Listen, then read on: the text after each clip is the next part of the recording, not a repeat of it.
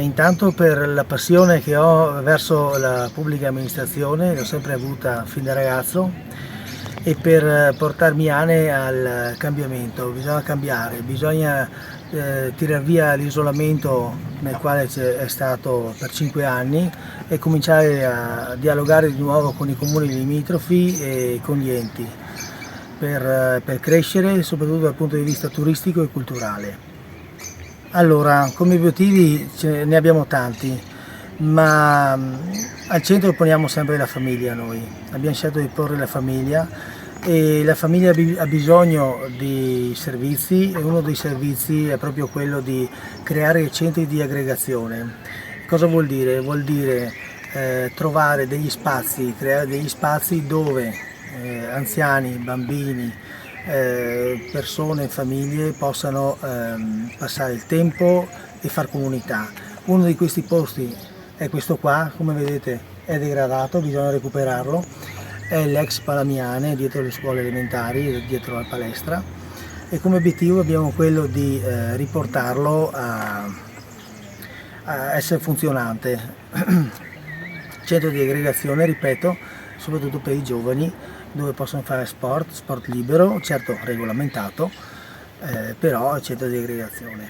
L'altra parte degradata che vorremmo sistemare è il campetto del Prete, dove avremo l'intenzione di creare una struttura minimale per le famiglie, dove possano finalmente avere uno spazio, non so, per fare delle feste di compleanno, per ritrovarsi, comunque per lo svago che è in centro paese.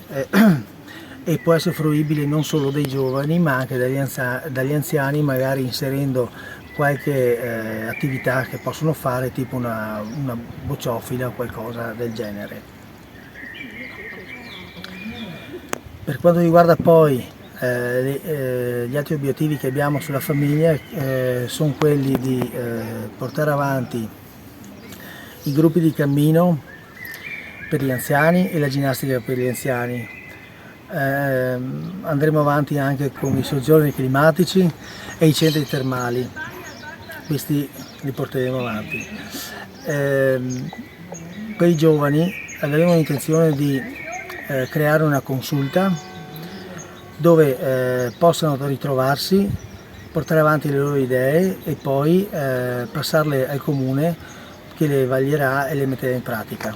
Parlando del secondo obiettivo che abbiamo in mente, è quello, parlando di agricoltura e turismo, l'intenzione nostra è quella di ripristinare i corsi di agricoltura in genere, assieme con la collaborazione degli istituti tecnici agrari, corsi che andranno dalla potatura di vecchie piante da frutto, corsi delle erbe, dell'orto, comunque sono già conosciuti dal 2012 e avremo voglia di riprenderli in mano.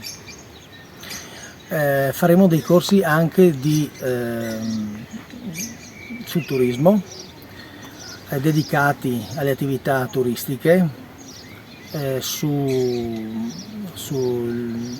conoscenza del territorio, sulla lingua che è importante in questo momento da conoscere per i turisti che vengono.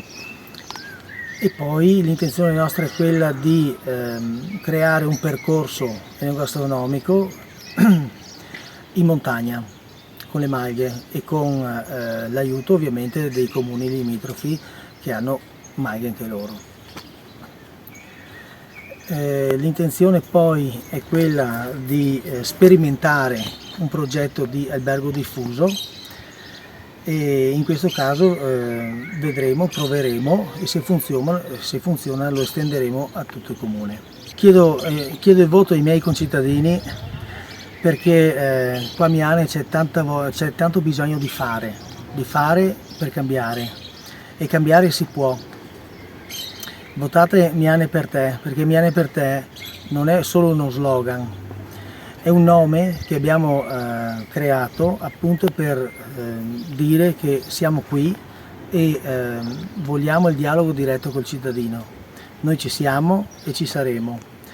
Io non ho l'ambizione di arrivare in alto, e tanti lo sanno, non ho l'ambizione di arrivare né a Venezia né a Roma, ma voglio rimanere qui per lavorare per i mianesi e per il nostro territorio.